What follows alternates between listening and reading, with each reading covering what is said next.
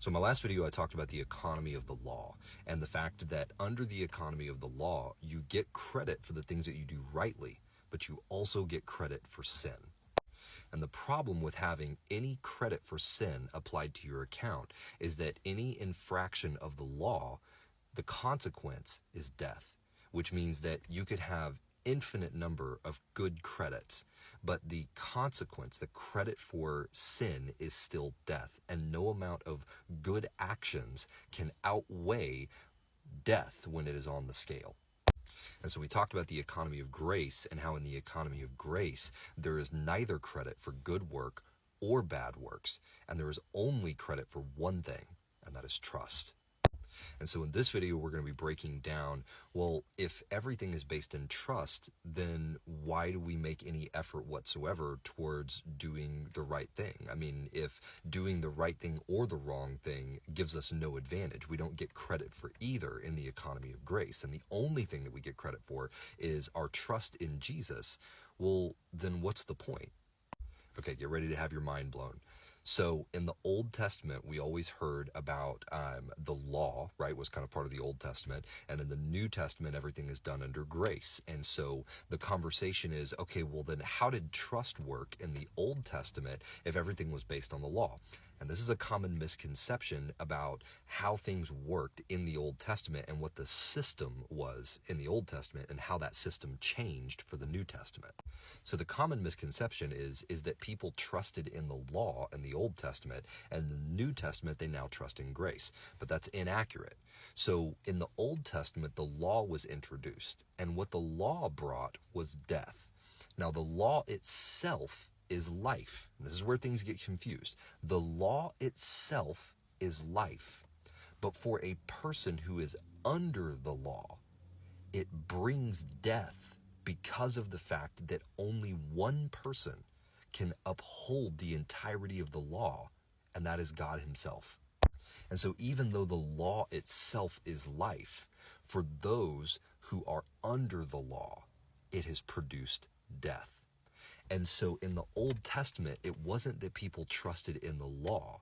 What they actually trusted in was the way that God provided for them to live while being under the law without being judged by the law. Now, what do I mean by not being judged by the law? What I mean is that there had to be a covering, something that satisfied the legal requirements of the law that allowed the person who was living under the law to not receive the full consequence of failing to uphold it, which was death. There had to be a provision, a way in which for them to live while under the law without immediately being put to death every time they failed to uphold it.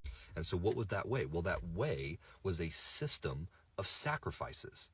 So in the Old Testament, the way it worked is when you sinned, you had to take from your economy, right? Something that you owned. So sometimes it was an animal, sometimes it was grain. There were lots of different types of sacrifices, and there were varying degrees of requirement based on the level of sin. So a murder required something far greater than like stealing something, right? So all these different things, they had different costs, but the costs were always something from the person's economy. Now, what that meant is that the person who sinned, they had to take from their economy, so a cow or, or money or whatever it was, right? They had to take something. It cost them something. They had to take that to the temple, and the priest would then go and make a sacrifice on their behalf.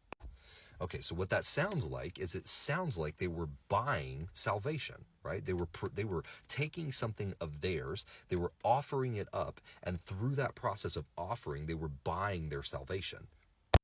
But that's not true, because it wasn't the sacrifice that made them right before God.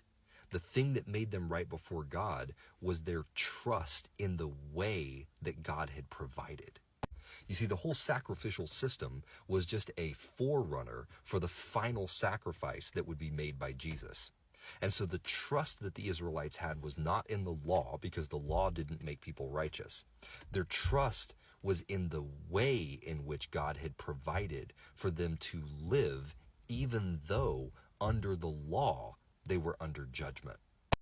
Okay, so what does that mean in the New Testament then? Because we're no longer under the law, we're no longer under the sacrificial system. So what does that look like in the life of a believer in the New Testament, where we no longer have to put our trust in the sacrificial system that God provided, but rather we put our trust in the final sacrifice that God provided in Jesus Christ?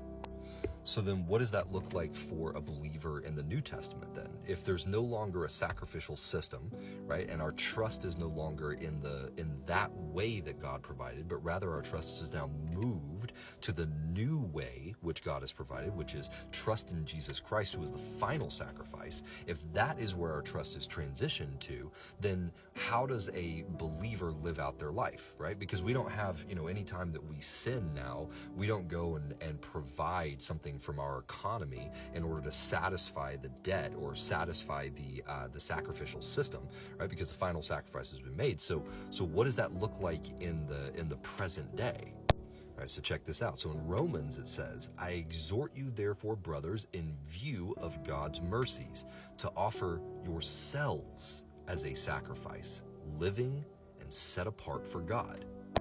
So there's two parts of this you want to pay attention to. The first part is in view of God's mercies. Now, what does that mean?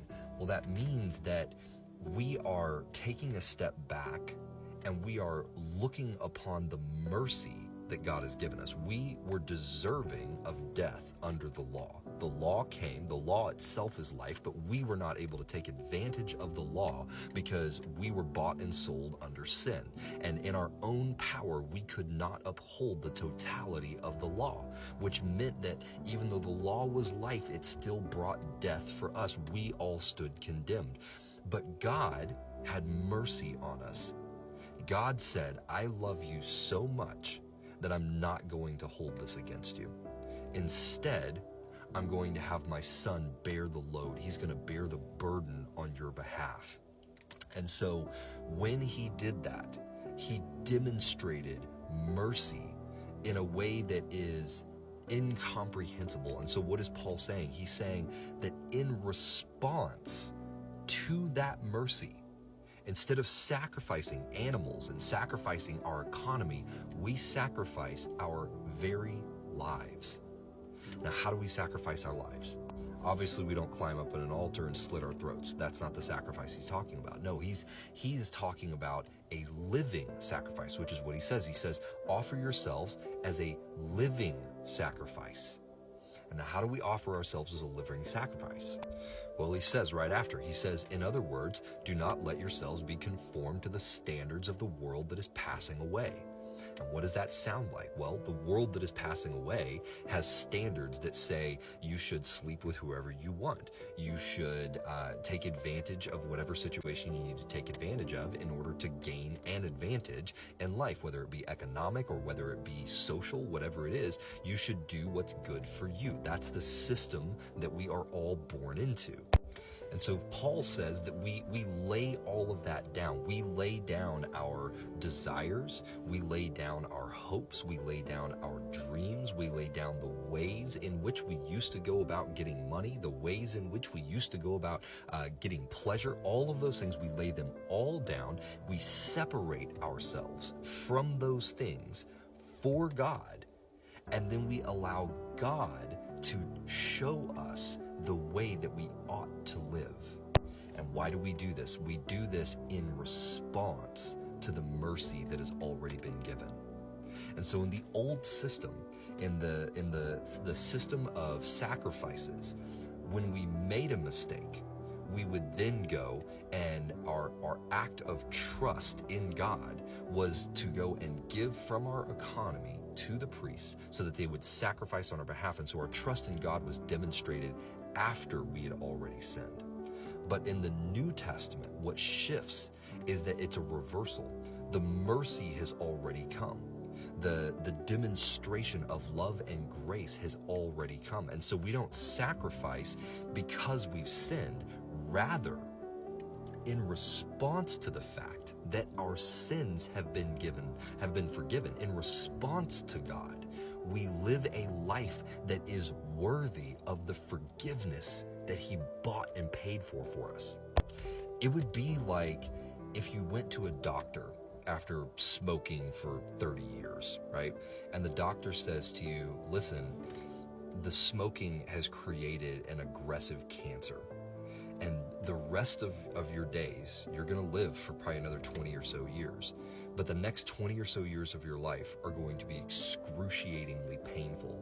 And every day you're going to be moving closer and closer to death. And when the time comes for you to die, you are going to die a death that is so painful that it is absolutely unimaginable. And to be honest, it would probably be better for you to take your own life than to endure it because of how awful it's going to be. And so you find yourself sitting there devastated at the prospect of what your future holds. And the doctor, moved in compassion, says, listen, I may have a cure. I'm going to need you to come back in a week and I'll let you know. And so you go home, and for a week you grieve. You grieve the life that's ahead of you. You grieve the life that you live. You grieve the fact that you've brought yourself to this place, that your actions have led to this moment where the consequences have caught up, and now your future is nothing but pain and misery. But you trust the doctor and you believe him when he says that there may be a cure. And so a week later, you go back to his office to visit him. And the doctor walks into the room and he has a bag of blood. And he says, listen, I have a cure. It's in this bag right here. What it's going to cost is a transfusion. And we're going to have to take all of the blood out of your entire body. We're going to have to replace it with the blood that's in this bag. But if we do that, you will live. And you will avoid all of the pain that's ahead of you. And I'm going to give it to you for free. And of course, in that moment, you're overjoyed because your prospects, your future has been given back to you. Hope has been returned. And so you jump onto the table, you lay down immediately, you hook up to the IV, and you let the doctor run the transfusion. And so finally, as the transfusion, the new blood is pumping through your body, you can literally feel the cancer healing within you. You can feel all of the rot starting to come off. You feel stronger, you feel invigorated, you feel better than you felt in the last 20 years of your life. And so after a while, the bag finally is emptied and all of the old blood is gone, and you look over and you see in the bag where your blood was, it's just boiling and tar and corrupt and disgusting and filthy. And you think to yourself, how could that have possibly been in me? How was I even living with that in me? But you're overjoyed because your hope's been returned, your future has been returned. And so you jump up off the table and you get ready to go, and you pause for a moment. And you look back over your shoulder to the doctor and you say, Doc, I mean, you have a cure to cancer. This is amazing. Why, where did you get that blood from?